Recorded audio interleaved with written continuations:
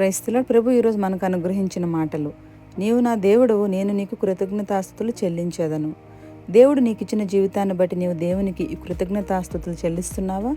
దేవుడు మనకిచ్చిన వాటిని బట్టి మనం ఎంత కృతజ్ఞత కలిగి ఉండాలి. ఎంతోమంది ఈ లోకంలో అనాథలుగా నిరాశ్రయులుగా బ్రతుకుతున్నారు. కానీ దేవుడు మనల్ని ఎంతో ప్రేమించి హెచ్చించి మనకు కుటుంబాన్ని ఇచ్చి మనల్ని పోషిస్తున్నాడంటే మనం అన్ని వేళలా ఆయనను స్తుతించే వారముగా ఉండాలి. ఆయన మాత్రమే మన స్తుతులకు అర్హుడు. దేవుడు నీకు ఇచ్చిన కుటుంబాన్ని, ఉద్యోగాన్ని, సిరి సంపదలను, పేరు ప్రతిష్టలను ప్రేమించడంలో అనుభవించడం తప్పులేదు. కానీ అవి ఇచ్చిన దేవుని కంటే ఎక్కువగా వాటిని ప్రేమించకూడదు.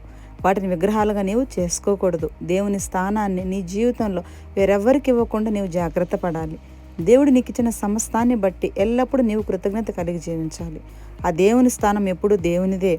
ఆ స్థానంలో ఇంకెవరికి నువ్వు చోటు ఇవ్వకూడదు. ఒకవేళ నువ్వు చోటిస్తున్నావంటే నువ్వు విగ్రహారాధన చేస్తున్నట్లే అని మర్చిపోకు.